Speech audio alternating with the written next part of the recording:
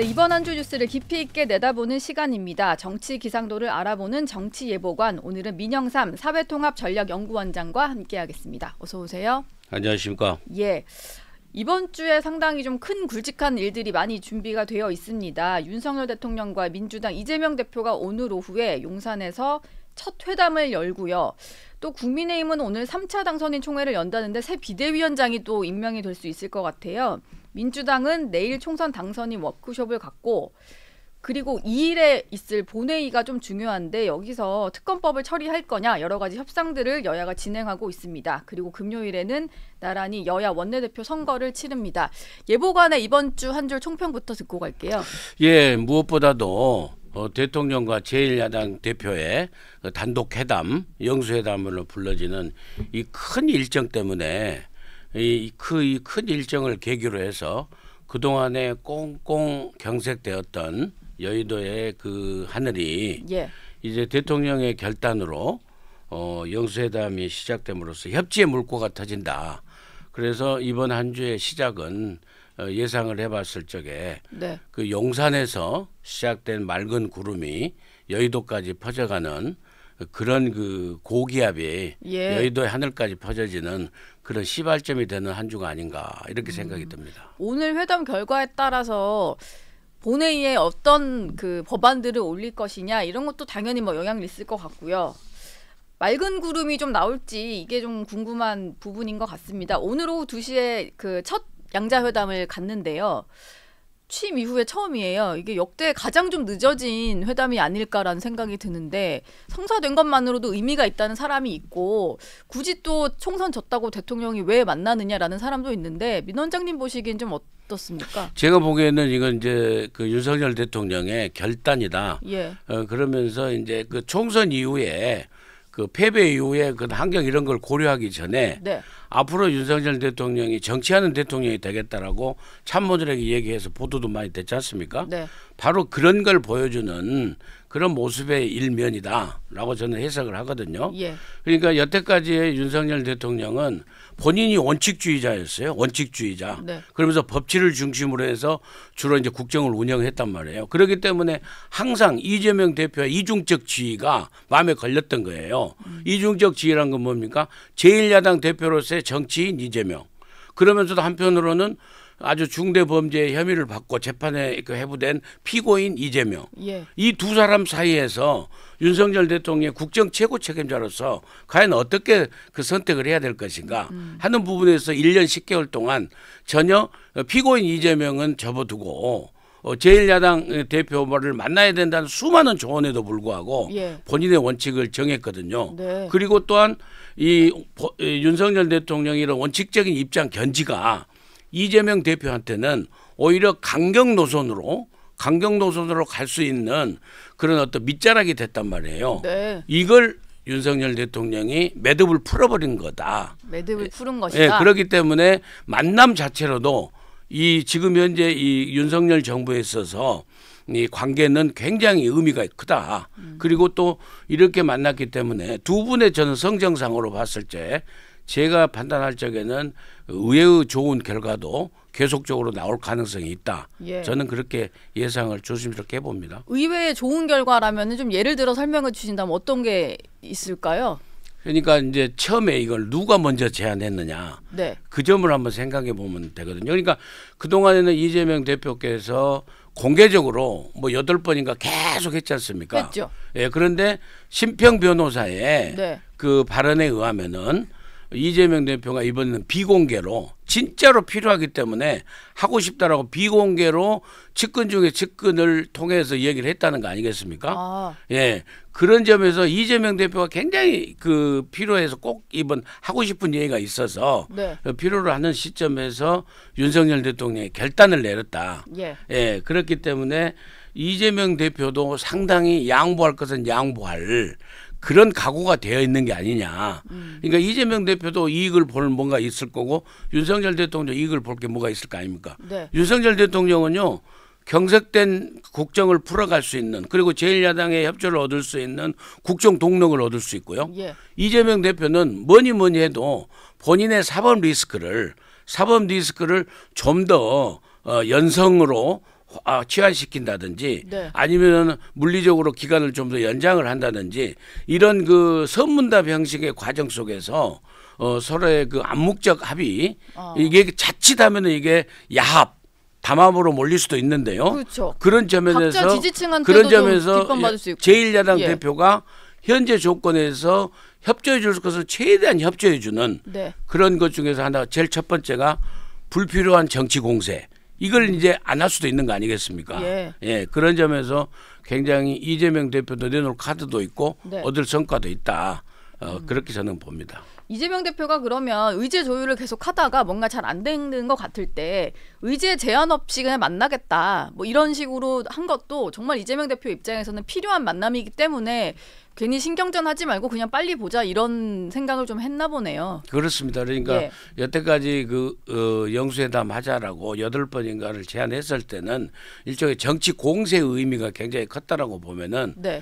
이제는 이재명 대표로서도 정말 대통령하고 만나서 국정 협조할 것은 협조하고 네. 얻어낼 것은 얻어내자라고 하는 것이 이재명 대표의 그 정치적 지위 그게 이번 총선을 통해서 조국 대표의 등장이라고 저는 해석을 합니다. 네. 조국 대표의 등장이 이재명 대표한테는 2027년에 대선으로 가는 길목에 있어서 엄청난 경쟁자가 나와버린 거예요. 그렇죠. 생각지도 못한. 예. 그동안에는 우리가 흔히 하는 말로 야당에서는 어찌됐건 간에 이재명 대표가 2027년까지 거의 단독 드리블 형태로 네. 대선 후보로 가지 않느냐. 그리고 각종 여론조사 지표에서도 그렇게 나왔지 않습니까? 예. 그런데 생각지도 않은 조국 대표가 급부상해버린 거죠. 네. 그리고 그것을 뒷받침해 주는 게 이번 총선에서 호남에서의 정당 득표율. 예. 이걸 이 조국 혁신당이 압도해 버렸지 않습니까?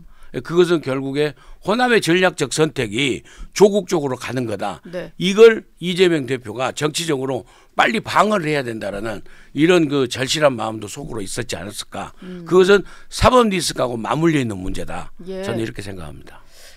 그런데 이재명 대표 입장에서는 조국 대표가 또 이렇게 급부상을 하면서 영수회담 앞두고 조국 대표가 또 이재명 대표를 별도로 만났잖아요. 그리고 메시지를 계속 내고 있는 게 보다 더 선명한 야당 같은 메시지를 낸단 말이에요. 뭐 특검 얘기도 뭐 당연히 해야 된다. 뭐 이런 식으로 공세를 하고 있는데 그런 와중에서 이재명 대표 입장에서는 지지층이 원하는 결과를 좀 가져오지 못하면 그냥 어떤 대통령의 협치하는 그런 자리에 자기가 들러리 선 것 같다는 생각이 들 수도 있잖아요. 그게 또 약간 오늘 회담에서 결과를 도출하는 데 있어서 좀 변수가 될 수 있을 것 같은데 어떻게 보십니까? 그런데요. 예. 이 역대 영수회담을 보면은 늘 대통령이 먼저 협조 요청을 했어요. 네. 대통령이 국정을 운영하는 데 있어서 제1야당 협조를 구하기 위해서 전부 다 그렇게 했단 말이에요. 그런데 이번에는 정말 좀 특이하게 이렇게 됐다는 과정이 그리고 그런 과정에 대통령이 먼저 요구를 하다 보니까 네. 대통령이 굉장히 손해를 많이 봤어요. 그리고 또 이 회담이 끝나고 나면은 항상 야당이 항상 이익을 보는 것으로 평가를 내거든요. 그게 뭐냐면은요. 발표를 하는 거예요. 그러니까 사실은 영수회담을 다녀오신 분들의 얘기를 제가 네. 한 2사례를 쭉 직접 들어봤거든요. 박근혜 대통령하고 박근혜 대표하고 노무현 대통령의 영수회담 사례 그리고 또 박근혜 대통령이 각 정당 대표하고 만난 사례 네. 그렇게 얘기할 때 보면은요. 야당 측에서 오신 분들은요. 자기 할 얘기를 다 한대요. 자기 할 얘기를 다 하고 되게 대통령이 방어하고 그러고 나서 가서는요. 발표하고는 이제 공동 합의문 발표한 척 해놓고 가서는 각자 발표를 하지 않습니까? 그러면 야당 대표는 나는 할 말 다 하고 왔다. 그리고 여러분 걱정하지 마십시오 하면서 자기 지지층에 대해서 네. 완전히 자신감을 심어주는 예. 이런 그 마당으로 삼는다는 거예요. 네. 그런 측면에서 방금 앵커께서 말씀하신 이재명 대표가 혹시라도 본인 그 지지층으로부터의 좀 이렇게 비판받는 그런 결과가 나올 가능성은 별로 없다. 네. 저는 그렇게 봅니다. 알겠습니다. 오늘 회담의 형식을 보니까 일단 1시간 정도를 설정을 했고 그거보다 좀 더 늘어날 수도 있다고는 하는데 뭐 길어봤자 한 90분? 뭐 2시간? 이 정도 되지 않을까 싶어요. 그리고 차담회 형식이고 일단 의제를 이걸 다룹시다라고 정한 게 없다 보니까 여러 가지를 얘기를 하게 되잖아요. 좀 만만치 않은 의제들이 많거든요. 뭐 하나도 그냥 이렇게 쉽게 넘어갈 수 없는, 이게 다 논의는 될 수 있다고 보십니까? 그러니까 이번에는 기본적으로 네. 대통령실 측에서는 일단 듣겠다고 했지 않습니까? 듣겠다고 하고 또 이재명 대표 측에서는 말을 많이 하려고 준비를 하고 갈 거 아닙니까? 예. 그렇기 때문에 우선 순위만 뭐 다를 뿐이지 할 얘기는 저는 다 하리라고 봐요. 그래서 뭐 25만 원 민생 지원금, 그다음에 또 저기 뭐 의정 갈등에 대한 거, 그다음에 뭐 특검에 관한 거, 이런 것들은 분위기를 봐서 풀어가면서 이재명 대표가 주로 말을 많이 할 것이다. 네. 예, 그런 측면에서 모든 문제는 일단 그 의제는 그 테이블 안에 올라올 수도 있다. 그때 이제 윤석열 대통령의 반응이 이 대화를 어디로 이끌어 가느냐 하는 측면이 있을 거고요. 그다음에 방금 형식을 말씀해 주셨는데 네. 과거에는 보면은 과거에 비해서 좀 너무 참석자가 많아요. 제가 보기에는. 그러니까요. 4명씩이니까 8명이 8명이지 않습니까? 그러면 주어진 시간은 원칙적으로 1시간이라고 하지 않습니까? 그리고 8명은 물론 그 참석자, 배석자 3사람은 이제 얘기할 고난이 이제 없지 않습니까? 네. 말 시키면 하겠습니다만. 그렇겠죠. 예. 그렇게 해서 쭉 해서 4명이 앉아가지고 계속 얘기를 하는데 심도 있는 얘기는 상당히 어렵다. 그러면서 얘기가 진전이 됐을 적에 네.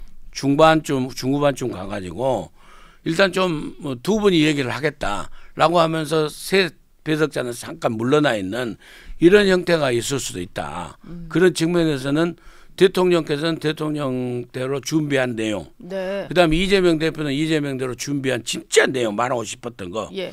이것을 결국에 아주 그 터놓고 얘기할 가능성도 아주 적지만 없지는 않다. 저는 그렇게 봅니다. 일단은 독대 자리가 어떻게든 잠깐이라도 마련이 될 거다, 이렇게 보시는군요. 예, 저는 그럴 가능성이 좀 있다고 봅니다. 예.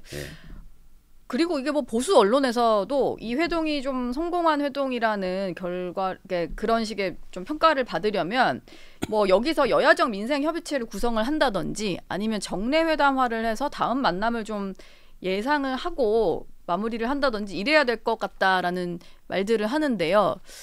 실제로 좀 이런 추가적인 협의체라든지 다음 만남 같은 게 좀 이번 회동에서 결과적으로 나올 수 있을까요? 그게 제가 생각할 적에는 이제 뭐 공동 합의 형식으로 나오기는 좀 어렵고 예. 좀 둘이 뭉실하게 아주 자주 보기로 했다. 그 수시로 서로 소통하기로 했다. 이런 수준에서 좀 더 포괄적으로 오히려 열어놓는 그런 형태가 되지 않을까. 저는 일단 그렇게 봅니다. 그냥 되게 추상적으로 자주 보기로 했다 뭐 이런 정도로. 그래도 일단 두 사람이 만나는 것 자체로도 의미를 둬야 된다라는 평가들은 아직 벌써부터 나오는 것 같아요. 그러다 보니까 2일에 당장 있을 본회의 때 민주당이 어떤 그 입장을 좀 취할 것인가, 이게 오늘 회담에 좀 달려있다라는 말들이 나오는데 어떨까요? 그러니까 이제 앞으로는 저는 오늘 그 만남이 진짜 의미가 크다고 생각하는 건요. 예. 윤석열 대통령의 뭐 평소 스타일이라고 할까요?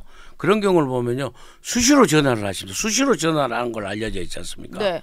그래서 한번 등록된 전화는, 그리고 터놓고 얘기를 할 수 있는 분위기만 조성되면은요, 장관이든 뭐 또 언론인이든 예. 또 뭐 지든 수시로 이렇게 전화를 하는 스타일로 돼서 예. 정말 이거 윤석열 대통령의 그 등재된 데서 하면 네. 윤석열 대통령 그랬지 않습니까? 앞으로 좀 자주 봐서, 저번에도 그렇게 처음에 통화 때도 앞으로 자주 봐서 밥도 먹고 얘기도 하고 예. 합시다라고 했다는 거 아닙니까? 네. 좀 그 속된 말로 화통하게 예. 그렇게 했다는 거 아닙니까?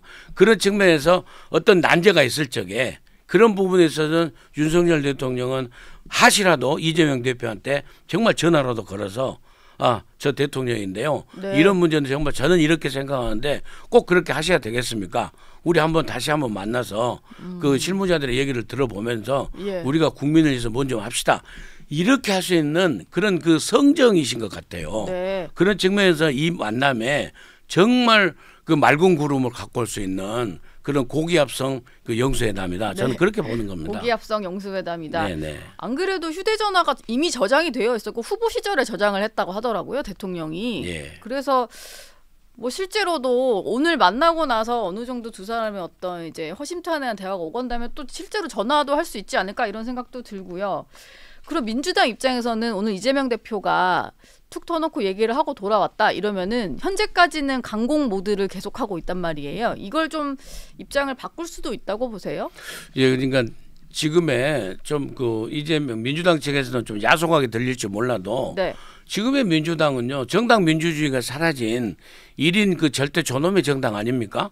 이번에 과정에서도 보면은요 계속 의제를 놓고 1차 회담, 2차 회담, 3차 회담 한 해 만에 하는 상황에서 갑자기 이재명 대표가 그냥 다 접고 합시다 영수회담 하니까 바로 해버렸잖아요. 그렇죠. 그러니까 이재명 대표가 결정하면은 바로 그것이 결정되는 거예요. 예. 그러니까 왈가왈부할 사람이 별로 없다. 저는 그렇게 봐서 네. 이재명 대표의 의사 결정이 결국엔 민주당의 의사 결정이다. 그런 측면에서 당내 갈등이나 당내 이견 그 표출 이런 것은 가능성이 거의 없다. 저는 그렇게 봅니다. 예. 민주당은 그렇고 이게 뭐 민주당이 뭐 175석을 가진 22대 국회는 175석을 가진 당이 되었습니다만 그래도 나머지 야당 의석들이 있잖아요. 특히 조국 대표가 가진 조국혁신당도 있고 이재명 대표가 그렇게 결단을 한다고 해도 나머지 야당들이 한 목소리로 오히려 민주당을 압박할 수도 있을 것 같은데요. 그런 상황도 좀 예상해 볼 수 있지 않을까요? 아니, 그건요. 제가 말씀을 참 잘해 주셨는데 네. 우선 대통령께서 쉽게 합의를 올 수 없는 상황은요. 여당의 존재가 없어져 버리잖아요. 예. 그렇기 때문에 그 이재명 대표하고 확실하게 합의를 할 수 없는 상황이고 여야 정당끼리 좀 해보십시오라는 그런 그 여지를 남겨놓을 가능성이 높아요. 네. 그렇기 때문에 확실한 합의가 나올 가능성 이런 부분은 좀 이제 결국에는 여야 정당 대표, 여야 실무자 뭐 원내대표 포함해서 이렇게 해가지고 협의체를 구성해서 거기서 하나씩 실행해가는 이런 과정을 거칠 거란 말이에요. 네. 그리고 이제 야당의 이 관계 속에서 보면은 민주당 이재명 대표의 그 위치가 너무나 확고하기 때문에 군소야당에 대해서는 영향력이 상당히 절대적이지 않습니까? 네. 그런데 이제 걸리는 게 바로 조국혁신당이란 말이에요. 예. 그런 측면에서 이재명 대표의 그 노련한 정치였던 그 이렇게 테크닉이라 그럴까요? 그런 걸로 해서 조국혁신당과 밀고 땡기고 하면서 계속해서 우군으로 이렇게 가려고 하는 네. 그런 스탠스를 취하지 않을까. 그러면서 쉽게 말씀드리면 이재명 대표께서 조국혁신당을 핸들링을 충분히 할 수 있을 것이다. 저는 그렇게 예상을 해요. 그리고 네. 그런 것을 한번 보여주는 게 한 해 만에 하면 연석회의도 안 하고 하다가 갑자기 이재명 대표가 조국 대표에게 고랑주 모임 합시다. 그래서 해버렸지 않습니까? 네. 그렇게 해서 밀고 당기고 이렇게 핸들링하는 이런 그런 그 정치 기술이랄까 하여튼 테크닉이 상당히 뛰어나다.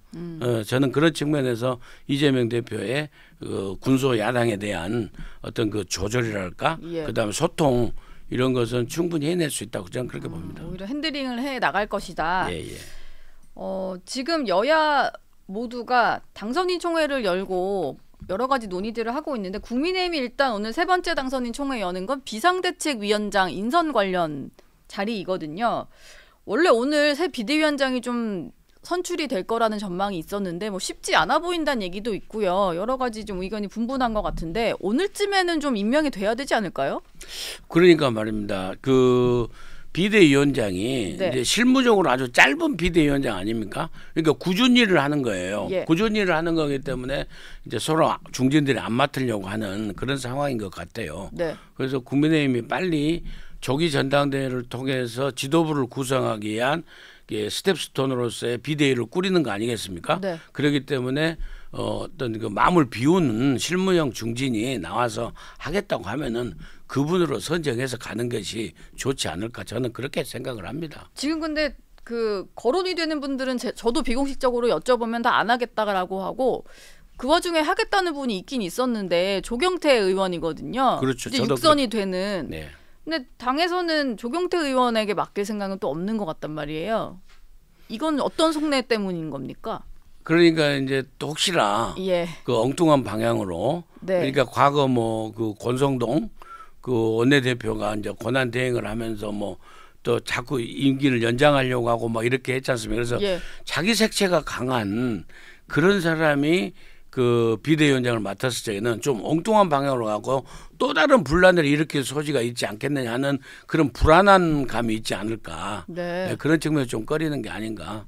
그런 너무 이게 그냥 뭐 친윤이고 비윤이고 이걸 떠나서 네. 너무 이제 예측 불가의 어떤 비주류의 비대위원장이 왔을 때는 좀 감당이 안 될 수 있다. 조심스러운 게 이제 그렇게 얘기하면은 예. 조경태 의원을 네. 좀 뭐 그 예측 불가한 네. 그런 정치인으로 조금 이제 인신공격하는 것 같아서 굉장히 조심스럽습니다만 그건 네. 절대 아니고요.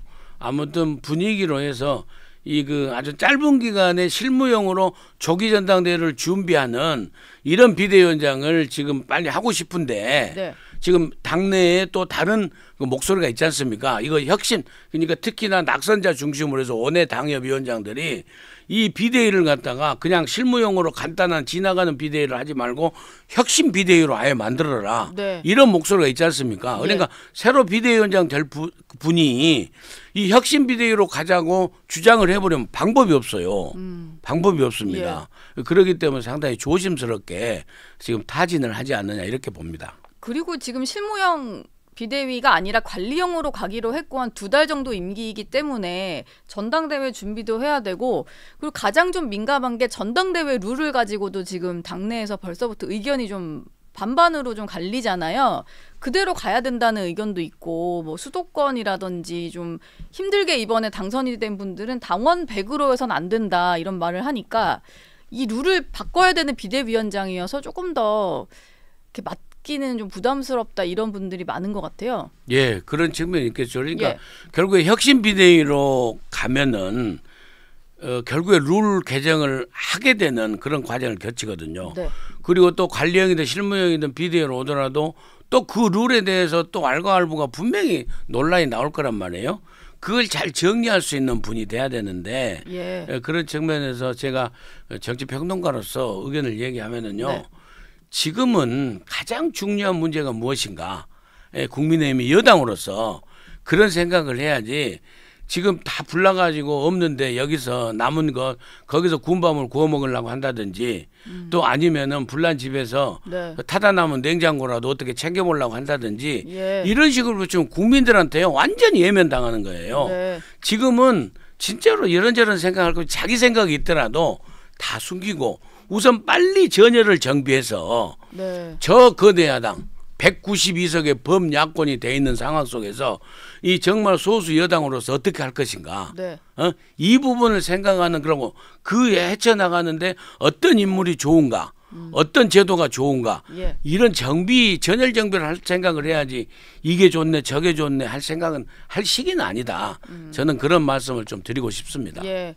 금요일에는 원내대표 선거도 앞두고 있거든요. 원래는 이철규 의원 대세론이었는데 그 와중에 좀 이철규 의원은 너무 친윤 색채가 강한데 국민들이 총선 패배한 정당에서 또 친윤 핵심 인사가 원내대표 되면 이게 주는 메시지를 어떻게 받아들이겠냐라고 해서 사실 비윤계 쪽에서도 대항마가 거론이 되긴 했었거든요. 근데 김도읍 의원이 어제 본인은 안 나가겠다라고 선언을 했어요. 그러니까 마땅한 대체할 만한 후보는 안 떠오르는 상황에서 지금 이철규 의원만 남아있는 상태거든요. 보시기에 친윤 이철규 의원이 원내대표 하는 게 좀 실제로 국민들이 봤을 때 주는 메시지가 별로인 겁니까? 아니면 이번 타이밍에 좀 친윤이 해서 다시 정비하는 게 필요할 수도 있을까요? 저는요. 지금 이제 이 그 친윤이네 비윤이네 하면서 친윤의 원내대표가 국민들한테 주는 메시지가 상당히 뭐 비관적이다. 또 친윤이냐. 네. 대통령이 안 변했다. 이렇게 하는 건요. 나쁜 프레임이라고 봐요. 예. 그러면서 그 낙인 찍히는 겁니다. 낙인 찍히는 거라고 보고요.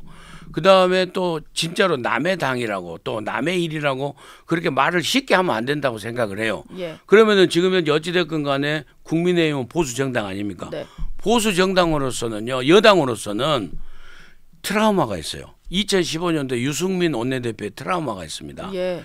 이 여당이라는 것은 야당하고 또 달라요. 다르죠. 여당의 원내대표는 야당과의 협상과 조정하고 싸울 건 싸우기도 하지만은요.